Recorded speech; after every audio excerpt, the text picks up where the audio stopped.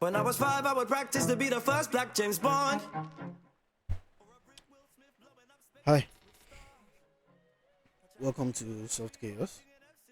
Um, this is I think this is Soft Chaos episode 10, 11. Um, Today we are gonna be Soft Chaos Chaos FC episode 9.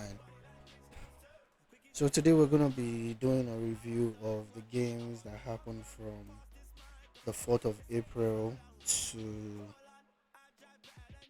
the 25th of April.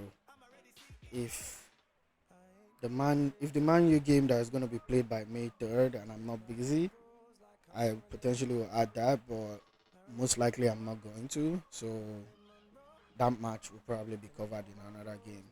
But as it stands right now, I don't want to waste time. This is supposed to be a short video. We are going through, as usual. I told you guys, I'm back in Nigeria now. We haven't had power in my house in particular for weeks, and we are going through some serious electrical issues. So yeah, we're gonna get into it. No breaks, or maybe just a bit of a break, and then we'll get right into it. What do they know? I ain't gonna complain though, cause ignorance is. So we're gonna start with the review of the Premier League games for Liverpool. We'll start with the game on the 4th of April. That was our FA Cup quarter-final game against Manchester City. And I'm going to be short and sweet with this. We lost 4-0. So far, losing that game meant Man City had beat us, I think, 4 times, meeting them this season, 3 or 4 times. Because I'm pretty sure they beat us in this FA Cup. They beat us twice in the Premier League. I can't remember the 4th time, but they've beat us every time we've met them this season. And we were absolutely pathetic during that game.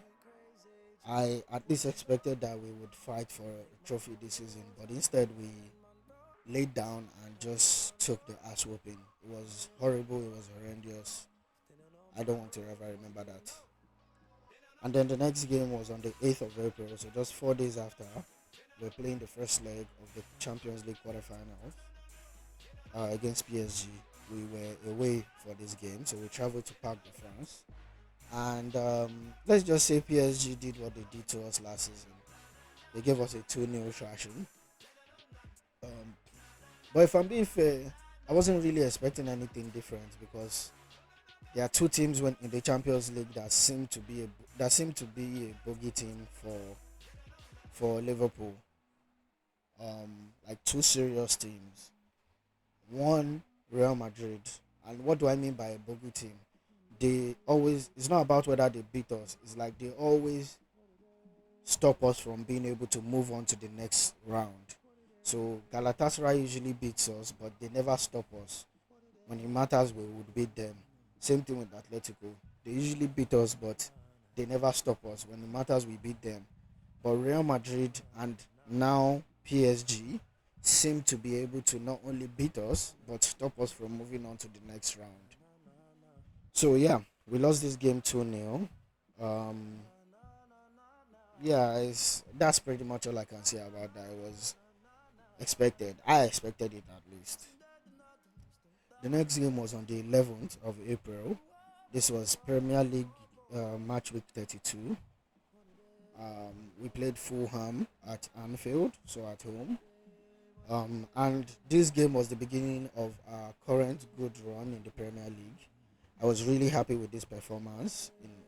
In the performance with this game, our goals came from Rio, who scored his first Premier League goal for Liverpool, and Salah, who is actually gaining a little bit of form recently. I think he scored like two goals and an assist in his last 3 games. So I'm really happy about that. Really, really happy about that. Yeah. It was a really exciting result, especially knowing that the next game was going to be Champions League, the second leg of the Champions League quarterfinals, which happened on the 14th of April. Uh, of course, we also lost that game. PSG came to Anfield and beat us 2-0. What's new? So yeah, if anything, this game all it did to me was confirm that yeah, PSG is really a bogey team, and yeah, that was pretty much. PSG came, they saw, they conquered. Yeah, that was pretty much it. And then the next game was on the 19th. April was pretty good, by the way. Before I forget that, like, we got a pretty decent amount of games. Like, I didn't feel like there was a long time in between when I had to wait for Liverpool to play a match. So I really liked that. We played Everton. I'm happy we won this game 2-1. But I wasn't surprised that it took us to the last minute to win the game with a Van Dijk header. And again, Salah scored the opening goal. But I wasn't surprised. Everton came out trying to prove a point. It was the first derby in their new stadium. They are playing against their big bros. They felt they needed to make a point. Thank God the point wasn't made because we whooped them in the first derby at their Scott Dickinson or Dickinson Scott Stadium, whatever it's called. So yeah, that's that. Um, the next game was on the 25th of April. It was Liverpool versus Crystal Palace. We also won this game 3-1, and this one was like a vindication for me because I think just like Man City and PSG, Crystal Palace has beat us. I think three times we met them this season, if I remember right. They beat us in the Community Shield. They beat us in the game we played at like the Crystal Palace Stadium. Um, can't remember the other. I can't. I think they are the ones that knocked us out of Carabao Cup as well. So they beat us. They knocked us out of Carabao Cup. They beat us in the Premier League in their home, and they beat us in the Community Shield. So this game was kind of like a vindication. We won 3-1. It was three beautiful goals. Isak scored the first goal. I'm happy he's finally able to get himself on the score sheet after coming back from such a tough injury. Still not a big fan of Isak, but he's a Liverpool player. He's here to stay, so I'm gonna just support him, even though it will be begrudgingly.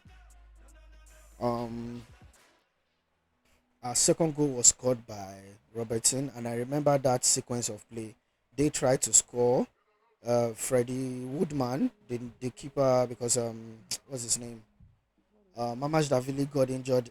Think in the I think he got injured in the game against Everton, if I remember right. So Woodman had to step up. So the sequence for the second goal in the Crystal Palace game was he saved the ball, Konate took it, passed it to Florian.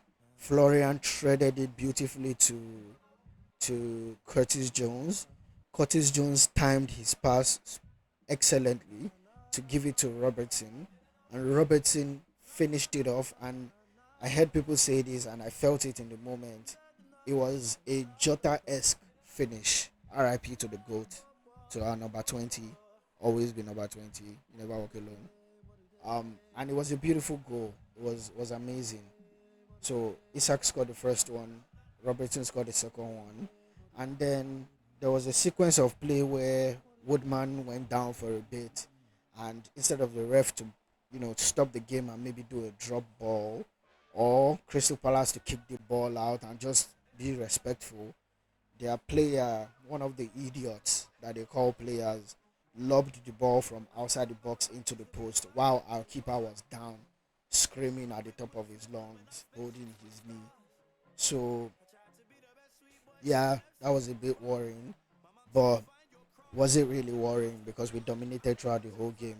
And Florian Wirtz wrapped it up beautifully with a third goal, a bit of a volley that was set up for him by McAllister, and he launched at it and got us our third goal, and we finished the game 3-1. It was a beautiful game. Um, so yeah, pretty much that was it for Liverpool. So we'll do a bit of a break and then we'll come back and we'll just wrap up, touch up on the rest of the teams in the leagues and in the league, and then we're done. What do they know? I ain't gonna complain though, cause ignorance is bliss. So for the rest of the league, I'll just go through with the updates. Liam Rosinho, the manager, has been fired from as Chelsea's manager. Um, no surprise there. He sucked. I think he was in charge of Chelsea for 5 games. I don't even know where they found his bozo ass, but I think he was in charge of Chelsea for 5 games. Not only did they lose those 5 games, Chelsea failed to score a goal in those 5 games, and I think they conceded almost 20, at least more than 15, but almost 20 goals in those 5 games. So yeah, I think it was a good choice to fire him, and I think they made a mistake firing Moresca, but I don't care about Chelsea. Salah, Alisson, and Robertson are either confirmed or rumored to leave Liverpool at the end of the season, leaving just Van Dijk left in the team from the class of 2019. To be honest with you, I think this is a season too late. In my opinion, I would have preferred if Salah left last season, Van Dijk left last season, and Robertson left last season. But I also think, if anything, I'm not gonna. The indictment for me really goes to either the sporting director or the scouting department or the coach. I don't care, whoever you want to blame. But we used to be a team that we used to plan for these things ahead. When knew we were losing Hendo, Keita, Wijnaldum, all those guys that used to be in our midfield, Fabinho. Well, we still haven't replaced Fabinho, but when we knew we were losing those guys, we went to the market, we bought Sabozlai, we bought Gravenberch, we bought McAllister, we bought Florian. So it's a bit baffling to me. And like I've said, these players are not hard to replace. I think you should let Van Dijk go. Go and bring in Bastoni. Let Robertson go. Go and bring in Tino Livramento. He can play both left back and right back. So if we have had another season where we are currently going through right back crisis like we are now, Tino can play right back. Tino can play left back. Go into the market and get what's the name of this other player? The one that will replace Salah. You can get a Kvaratskhelia. You can go get a Rafael Leao. There's so many good players out there. I don't know. I just think the scouting department or the sporting director or the manager, they're all like slacking a little bit. But it is what it is. Also, Slot is also confirmed to be staying on for next season, which surprisingly enough, I'm actually okay with. I think I think the justification people try to have for not having him stay is silly. You claim, I don't claim, because I genuinely don't believe that if Klopp was around with the same team that Slot used to win the league last season, I don't think Klopp would have won the league because he was just tired. He was just exhausted. The job had exhausted him. But people say, oh, he won the team with Klopp's team. He won the league with Klopp's team, right? And then the first season, which in my opinion, this season is actually really Slot's first season, because now, except from the three players I mentioned earlier in Salah, Robertson, and Van Dijk, most of the players are too new in the squad to say they were part of Klopp's team. Yeah, you could say they were Klopp's buy, but they were not part of Klopp's team. And he already brought in three big signings last window. So I think, for me, like I always say, I give every manager 2 seasons. But when your manager comes in the first season and wins you a Premier League trophy, his second season, his first season starts at the second season, because you've already done what I needed you to do, which is win me the Premier League. Your clock resets. So for me, this is Slot's real first season. let's see what he does next season. Let's see if he actually is able to stabilize the ship. And if he doesn't, he was on a 3 year contract anyways. The club gets to not pay extra to offload him, and we get to, if by the end, by midway through next season, if we see nothing is improving, I would hope by then they will go and start having the talks with the Alonsos and the Nagelsmans and the Hansi Flicks of the world. So yeah, and by the way, those are my options for who I want to be replacing Slot in order. Um, and yeah, Wolves and Burnley have been are relegated, leaving Spurs and West Ham to try and hang on to 17th position in order to avoid relegation. We're going to talk a bit about Arsenal. All signs point to Arsenal bottling the league, and if they do not win it, after it will be after an unnecessary fight. So, and if they do win it, it will be after an unnecessary fight between themselves and Man City due to all the ground they lost.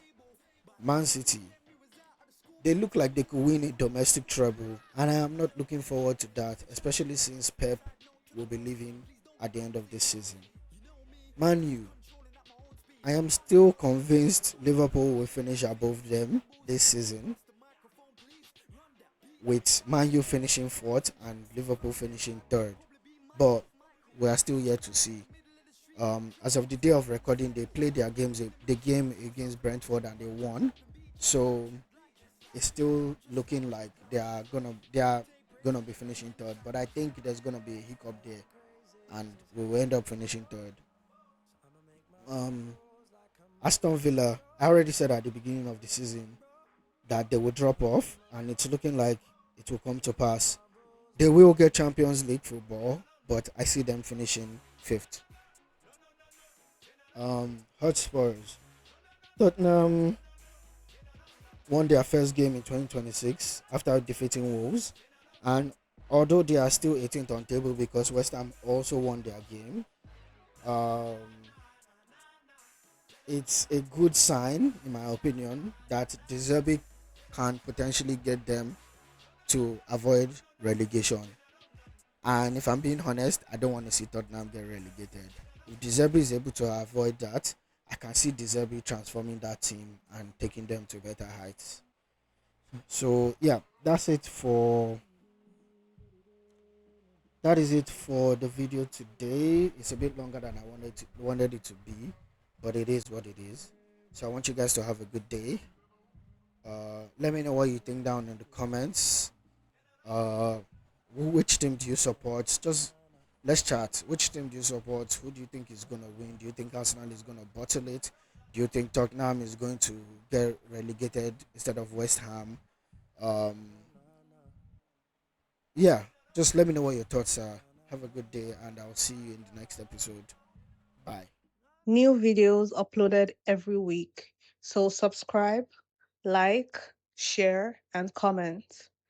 Thanks for being here. I hope you enjoy the journey.